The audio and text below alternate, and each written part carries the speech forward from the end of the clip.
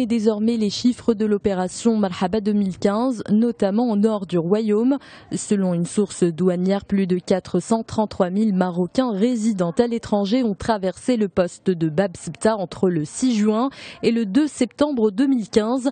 Le nombre de ressortissants qui ont regagné le sol marocain à travers ce point de passage a dépassé les 229 000.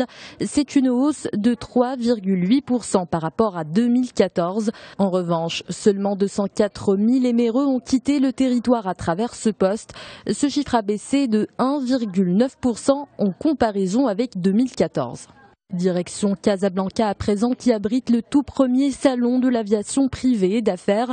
Une cinquantaine d'exposants et d'opérateurs internationaux ont fait le déplacement. L'occasion de révéler les performances du Maroc. En l'espace de 10 ans, le Royaume a fait d'énormes progrès en matière d'aviation privée et d'aviation d'affaires. Aujourd'hui, 10 compagnies marocaines et une flotte de 60 avions gèrent ce type d'aviation. Une aviation qui a réussi à séduire plus de 30 000 voyageurs en 2014. Des tracteurs en file indienne en direction de Paris et une journée noire pour la circulation. Ce sont les images de la manifestation musclée des agriculteurs français. Ils étaient des milliers à prendre d'assaut la capitale dans l'espoir de faire bouger le gouvernement.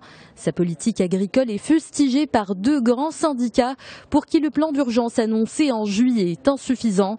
Ils exigent plus que les 600 millions d'euros proposés par l'exécutif.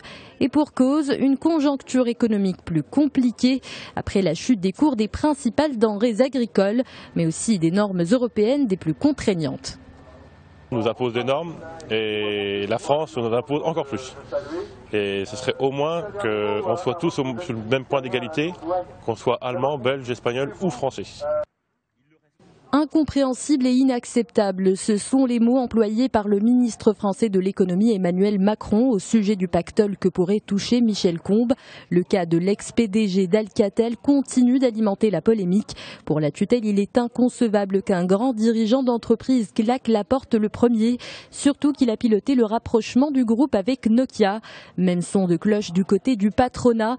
Le MEDEF reproche à Michel Combes de jeter l'éponge dans une période décisive pour le groupe Alcatel. L'affaire du parachute doré a éclaté dimanche.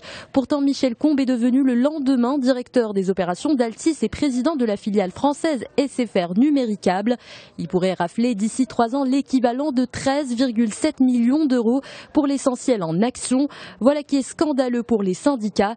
Il rappelle que Michel Combes était aux commandes du groupe depuis seulement 2 ans.